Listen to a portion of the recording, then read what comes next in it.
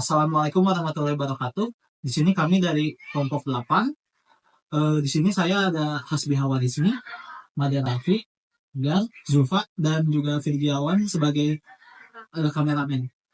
Lalu di sini sendiri kami ada seorang narasumber, seorang YouTuber dengan nama channel Rioto dan bernama Alif.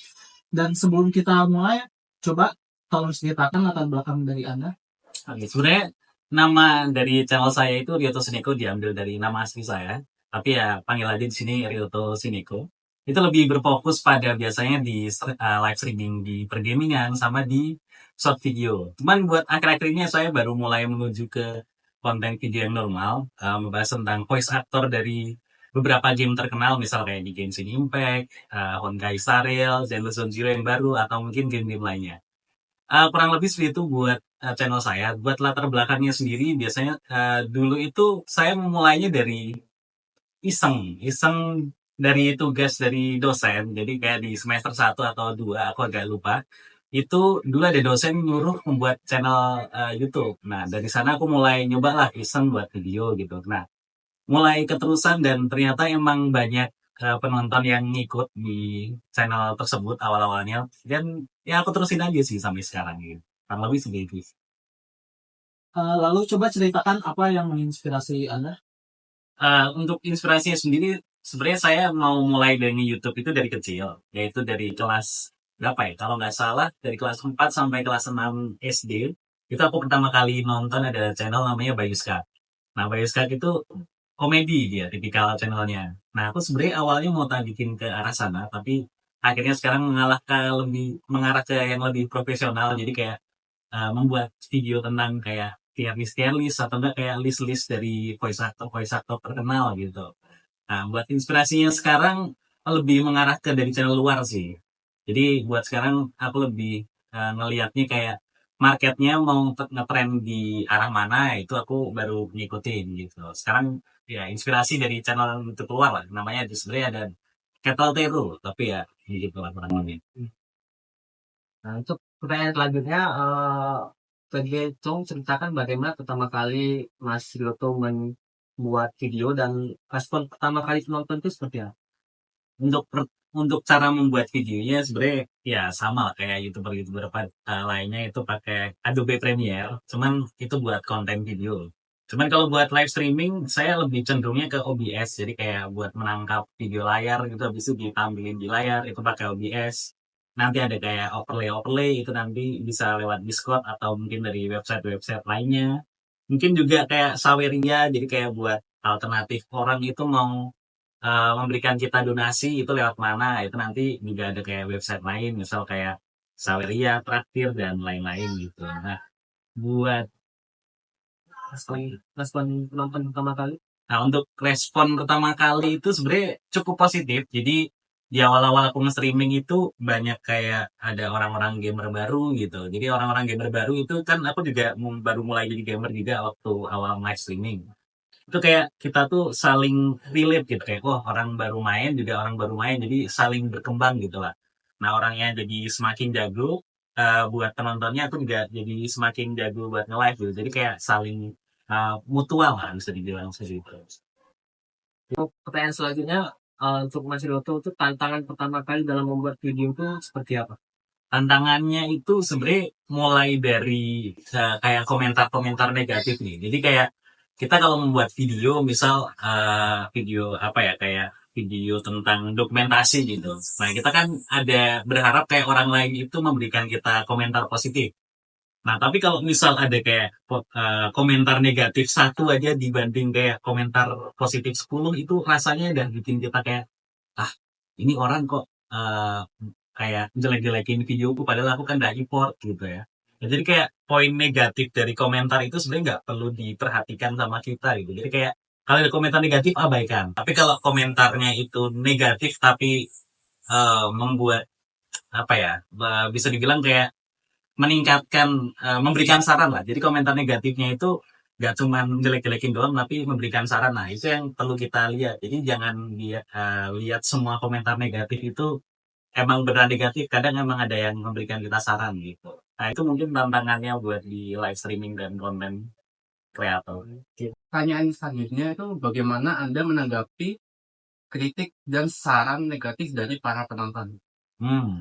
Itu bermacam-macam sih. Misal kayak dari komentar yang negatif ini kan bisa dibagi jadi mungkin tak baginya jadi tiga kalangan. Jadi ada kalangan buat yang masih kecil banget, itu misalnya kayak masih bocah lah, misal kayak SD, SMP, nah itu tuh mungkin masih tanggap di kalangan yang masih bocil-bocil. Nah, misalnya dibilang bocil kematian. Nah, itu bocil kematian tuh kadang datang itu mereka cuma kayak, halo bang, sapa aku bang. Nah, gitu itu sebenarnya ditanggepin aja karena emang mereka ini masih membutuhkan perhatian dari orang lain gitu, bisa dibilang segitu. Jadi kalau buat bocil itu tanggepin dengan ramah aja. Nah, kalau misal udah mulai remaja, misal kayak udah di umur misal di SMA ke atas mungkin sampai kuliah itu udah mulai masa remaja ke dewasa. Nah, itu biasanya tanggapannya mereka udah mulai kayak mulai dewasa lah. Misal kayak eh eh, tolong berikan gimana ya?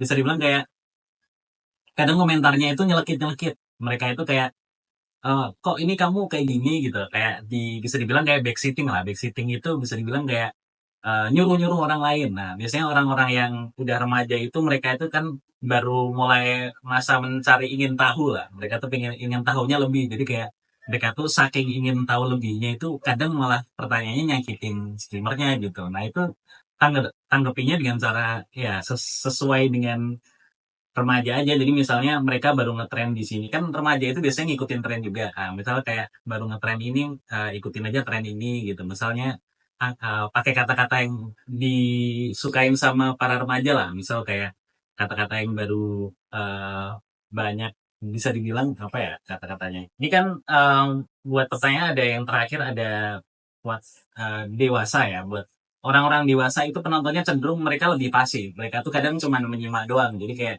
mode radio lah bisa dibilang. Kayak mereka tuh kadang baru ngerjain sesuatu nah sambil dengerin kita streaming gitu. Jadi mereka tuh kadang kayak multimedia gitu. Kadang cuma dengerin doang gitu. Nah, kadang kalau emang komentar negatifnya mereka itu jarang banget sih. Mungkin bisa dibilang mereka itu lebih komentarnya bisa dibilang kayak negatif tapi membangun gitu. Jadi mereka itu sambil memberikan saran. Mas, kamu sebaiknya jangan kayak gini nanti malah nyinggung orang lain. Nah, dewasa itu biasanya komentarnya lebih membangun. Jadi kayak gitu sih ditangkapnya lebih santai sih dibanding kayak pertanyaan dari para remaja sama para yang bocil-bocil gitu. Pertanyaan yang selanjutnya yaitu bagaimana Anda meningkatkan subscriber dan juga view dari channel YouTube Anda?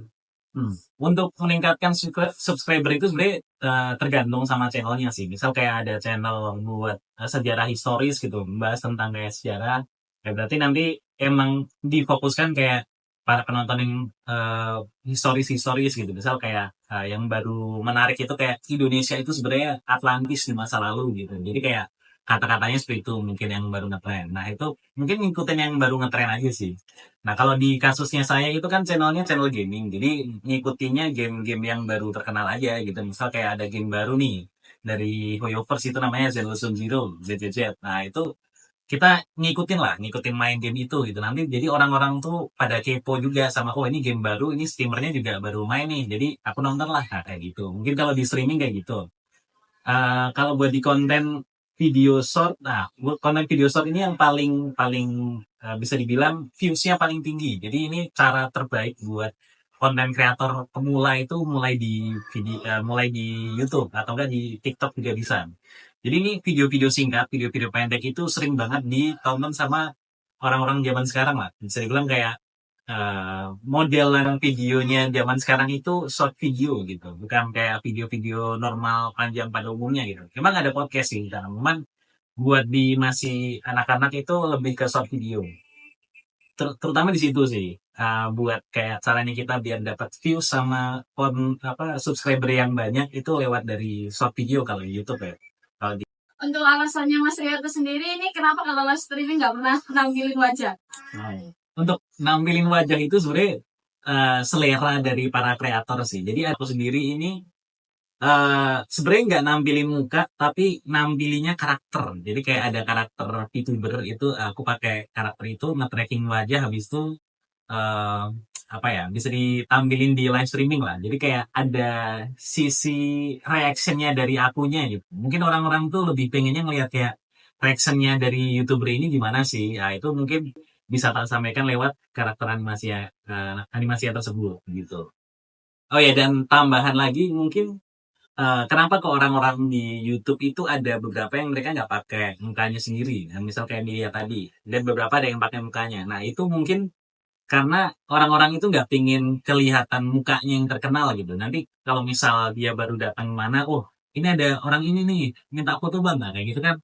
Mungkin orang-orang jenuh gitu, atau mungkin nanti bisa capek lah ngadepin orang-orang kayak gitu di channel YouTube udah capek ngadepin mereka, apalagi di real life gitu. Jadi dua-duanya bisa capek nih. Jadi mereka itu mungkin butuh privacy buat mereka sendiri gitu. Jadi nggak nampilin muka tapi tetap membuat konten gitu. Aku tuh mikirnya juga kayak gitu. Jadi cuma pakai karakter doang tanpa nampilin muka gitu sih. Mas Riaka sendiri nih gunain karakter apa sih? Terus apa sih alasannya gunain karakter tersebut tuh? Oh ya. Karakternya ini sebenarnya bisa dibilang kayak VTuber gitu, kayak kucing putih, habis itu pakai kayak headset biasanya, habis itu sambil main game. Bajunya kadang ganti-ganti sih, tapi yang pasti rambutnya putih sama kuping kucing. Nah itu kenapa kok aku pakai karakter tersebut itu sebenarnya ada bisa dibilang kayak backstory-nya sih, ada ceritanya gitu. Itu tuh ceritanya kayak dulu aku pas masih kecil gitu ya, aku punya kayak kucing warna putih gitu ya. Kucingnya tuh sayang banget sama aku gitu ya. Tapi di beberapa waktu ke belakang gitu ya, mungkin setahun setahun ya, kurang lebih setahun sih, karena aku mulai YouTube-nya hampir kurang lebih setahun yang lalu gitu ya. Itu setahun yang lalu itu kucingnya meninggal, bisa dibilang kayak mati lah. Nah karena aku kayak eh, sakit banget gitu, kayak apa ngelihat kucing kesayanganku itu mati gitu ya. Nah aku eh gimana caranya ngidupin dia lagi. Nah, ngidupin dia laginya itu lewat karakter VTuber gitu. Jadi kayak reinkarnasi lah. Bisa dibilang kayak reinkarnasi dari kucing matiku di real life ini tak hidupin lagi di VTuber. Kurang lebih kayak gitu sih. Dan kupake lah sampai sekarang karakternya gitu. Nah, kita kan udah ngobrol soal alasan dan juga bagaimana cara Anda buat menanggap komentar negatif dan seperti itu. Coba bisa tolong di-spill nggak sih untuk subscriber dan mungkin income-nya juga berapa gitu. Untuk subscriber buat sekarang sih barusan tadi malam nyentuh 14.000 sih. Ya masih berkembang lah, masih kecil lah bisa dibilang gitu ya. Sebenarnya buat income sendiri mungkin bisa dibilang cukup kecil buat awal-awal ya, tapi ini gambaran aja buat subscriber biasanya di tingkat 14.000 atau 10 ribuan ke atas itu berapa sih buat penghasilannya gitu ya. Kurang lebih sih aku ngitungnya biasanya dolar sih, bukan ngitungnya rupiah gitu. Jadi kayak pendapatan dari YouTube ini kan dari luar negeri gitu ya. Jadi mereka tuh bayarnya ke kita, konten creator itu pakai dolar. Jadi lewat dari iklan-iklan gitu, ada di konten kita. Nah itu nanti iklannya dijadiin kayak apa ya? Uangnya itu dolar lah. Misalnya masuk ke kita itu nanti berupa dolar. Itu kurang lebih sih kalau mau aku hitung bulanan bisa di sekitaran 100 sampai 200 dolar itu dari konten video, itu belum dari live streaming. Jadi bisa dibilang kayak kurang lebih sih 2 sampai 4 jutaan itu sebulannya. Sebulannya di dolarnya itu kurang lebih segitu. Nah, kalau buat di live streaming sendiri itu tergantung ya. Jadi kayak seberapa kita sering nge-live atau seberapa sering orang ngedonasi gitu. Itu tuh pengaruh banget. Tapi kalau tak ambil rata-rata sih masih sekitaran 500 sampai 1 jutaan itu paling sebulan gitu ya kalau di live streaming gitu sih.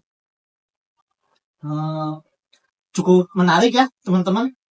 Nah, sebelum kita mengakhiri wawancara ini, apakah ada saran untuk mereka-mereka yang ingin memulai YouTube atau mungkin live streaming itu? Untuk saran sih paling buat yang bener-bener mau mulai nge-YouTube gitu ya, itu jangan ngikutin jangan ngikutin orang gitu. Jadi kayak misal ada orang misal kayak Miliha gitu ya. Miliha itu kan dia bikin kontennya kompilasi video lucu dia main sama teman-teman mereka. Nah, itu di kontenin. Nah, itu kan udah ada marketnya sendiri gitu ya. Kita jangan mau kayak wah, ini marketnya dia besar gitu. Apakah aku mau ngikutin gitu? Itu marketnya agak susah. Mungkin kamu lebih bikin yang punya ciri khas tersendiri. Aku sendiri ngikutin sebenarnya channel di luar negeri.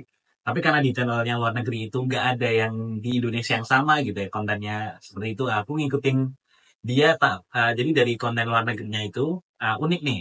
Tapi di Indonesia belum ada. Nah, uniknya itu tak bawa ke Indonesia. Nah, itu cukup berhasil lah, bisa bilang kayak gitu. Nah itu biasanya aku mulai dari short video. Jadi dari short video ngumpulin banyak views, ngumpulin banyak subscriber dan banyak lah penonton gitu. Nah kalau udah mulai banyak, mungkin mulai di konten normal dan live streaming gitu. Jadi bisa nyebar lah. Jadi mulainya dari situ sih. Oke, mungkin segitu saja dari kami. Terima kasih kepada Mas Diarto karena bersedia untuk diwawancarai. Sekian dari kami. Wassalamualaikum warahmatullahi wabarakatuh.